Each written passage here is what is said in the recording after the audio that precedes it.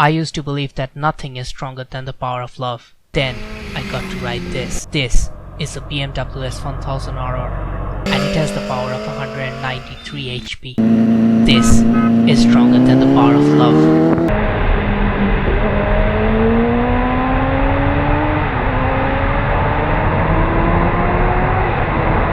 At the end of this video, we are giving away an original BMW backpack. Stay tuned till the end of the video and I'll tell you the rules of entering the contest. Now, back to the review. Last week, I showed you the delivery of the 2016 Kawasaki Ninja ZX-10R.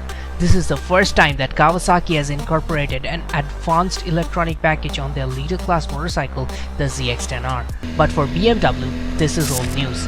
Even their 2009 edition had all these features and some extra cool bits added to the 2012 HP version like electronically adjustable suspension system or DDC. The benchmark in production superbikes feels remarkably modern despite being a 2011 edition.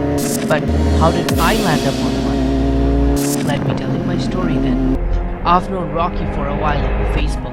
I knew that he owns the BMW S1000RR, but you don't just call up a guy and ask for his 28 lakhs worth superbike. Similarly, you don't say no to him when he directly invites you to shoot it as well. So it's Saturday night at 10 PM and he calls me to review his bike the next morning. After a frantic search online for a little bit of information and charging up all the camera batteries, we finally make it. The S1000RR looks very neat and purposeful. The current models do play a bit more on the aesthetic angle, but this being an older version personifies the BMW philosophy of function over form. The face of the S1000RR is subdivided into 3 segments. The 2 asymmetric sides are separated by the ram air intake, which becomes a very prominent feature. On the road, this sight is very imposing on the rear view mirror of any motorcyclist or car driver. To understand the BMW philosophy, let's take a look at the asymmetric headlights. It has now become a BMW trademark. The small Enduro styled right headlight didn't provide enough illumination for the motorcycle to be homologated on street.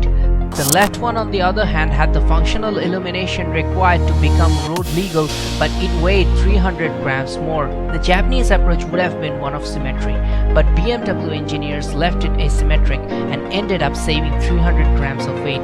This approach of strict functionality gives the bike a final curve weight of only 208 kgs, which is quite light for that year.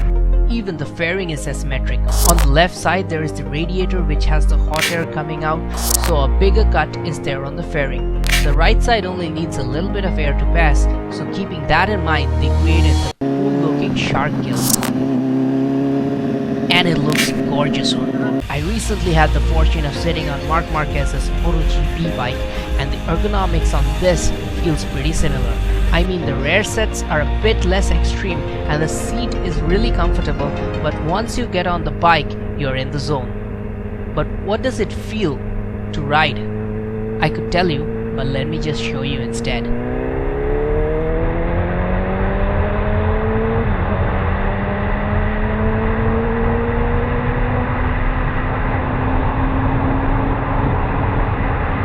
For the sake of this review, I'm going to assume that you're not a person who regularly rides liter bikes, so the review will have some obvious information for you regular superbike riders. The first thing I felt riding this motorcycle was how easy it was and how fast it welcomed a new rider on board.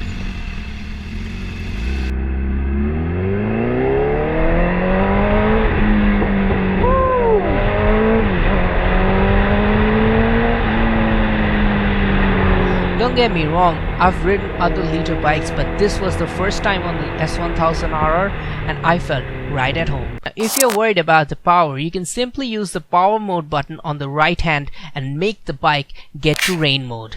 You still have access to the power, but the torque curve is evened out to prevent wheel spins on wet or low traction surfaces. Let's just put it through a corner and see what it feels like.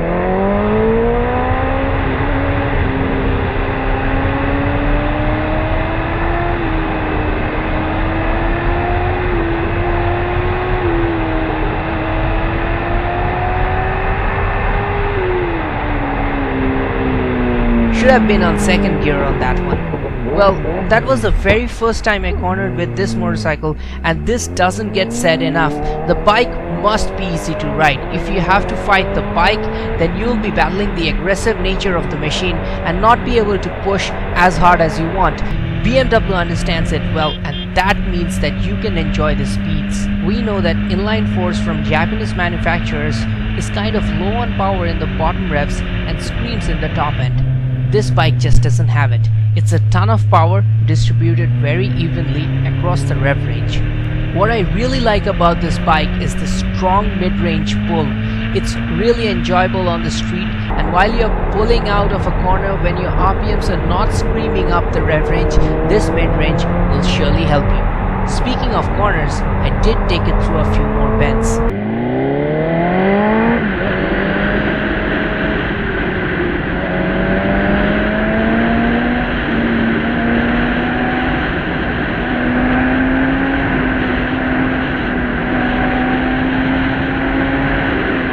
The owner is running Michelin Pilot tires, which are street tires and nowhere near as gripping as the Pirelli Diablo Super Corsas that the stock motorcycle comes with. But they're less than $300 a set, whereas the Super Corsas are about $1,000 a pair, and also these last about 3 times longer, making them a really economic option on superbikes. The surprising bit was that even on these tires, the motorcycle offered rock solid stability all through the corner.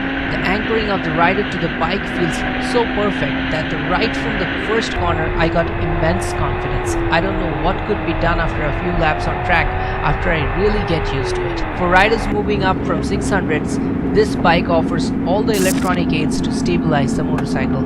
There is a dynamic traction control system, wheelie control, launch control, and of course ABS.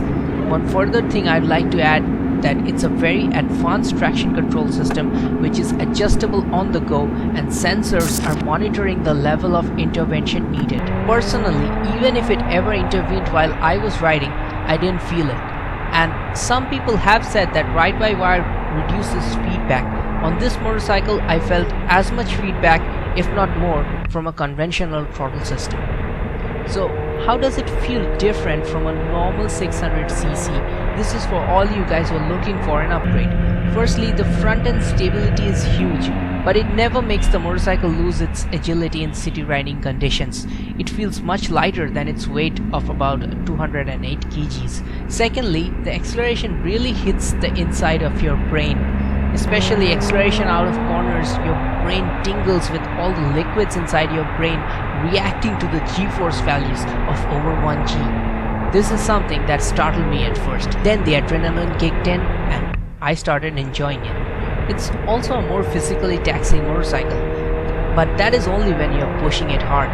Highway cruising is pretty easy as the motorcycle feels very slow at speeds of around 100 km per hour, and that's basically due to the immense stability.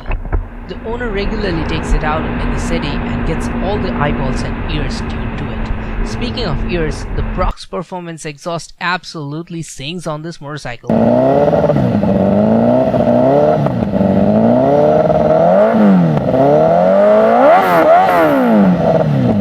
I love those fire spits, and the sound makes riding this bike a complete experience. I finally know what 650IB means when he says, "Brock with me."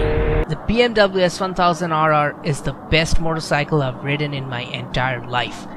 I'm truly thankful to Rocky for this opportunity. I usually tell you the negatives of a motorcycle in a review, but this time I simply bow down to the masterpiece. Without a proper track test, it's hard to come up with a full verdict, but if there are flaws, it's beyond my capabilities as a rider to find. I'm at 15,000 subscribers right now, and this contest is open for 45 days. After 45 days, I will declare the winner via random.org giveaway. So if I hit 30,000 subscribers within this 45-day period, then right with that giveaway, I will be declaring another giveaway, which will be a GoPro Hero camera. So if you guys all go out there and tell 4 or 5 your friends to subscribe, and I hit that mark right on the 45th day, then you guys have got the second giveaway, which will be a GoPro Hero camera. How do you enter this contest? First of all, you can enter it through YouTube or you can enter it via Facebook. So here's the rules out of YouTube. First of all, subscribe to Ride with Rahul. If you're already subscribed, please do not do anything, as it will accidentally unsubscribe you. Rule number 2, share this. Share it in your social media such as Facebook, Twitter, Google+. Point number 3, comment below that you're entering the contest. That's via YouTube. If you're not sure how to share, just look below. And if you're entering it via Facebook, just go to my Facebook page, www.facebook.com/ridewithrahul. So if you're there, share the first post there and also comment below that you're entering the contest. But remember, you will need to subscribe to my YouTube channel even if you're entering via Facebook. Each person can enter 2 times, once via YouTube and once via Facebook. So you can get bonus entries if you're part of my subscriber group, Rev Up Nation. If you don't know what is Rev Up Nation, see the link here. And if you're part of Rev Up Nation, you get 2 bonus entries. So one person can get maximum 4 entries, 1 via YouTube, 1 via Facebook, and 2 more entries if he's a member of Rev Up Nation. That's how you enter the contest. And I've already shown you that I've already got this backpack. So 45 days later, I'll be giving away this prize. And if I hit 30,000 subscribers within this 45 days, you guys have got yourself another giveaway, which will be a GoPro Hero camera. That's it. It's real. And thanks for watching this video. Thanks for being with me. See you soon. I've got a lot of more reviews coming. So stay subscribed, stay connected, and thanks for being part of Ride with Rahul.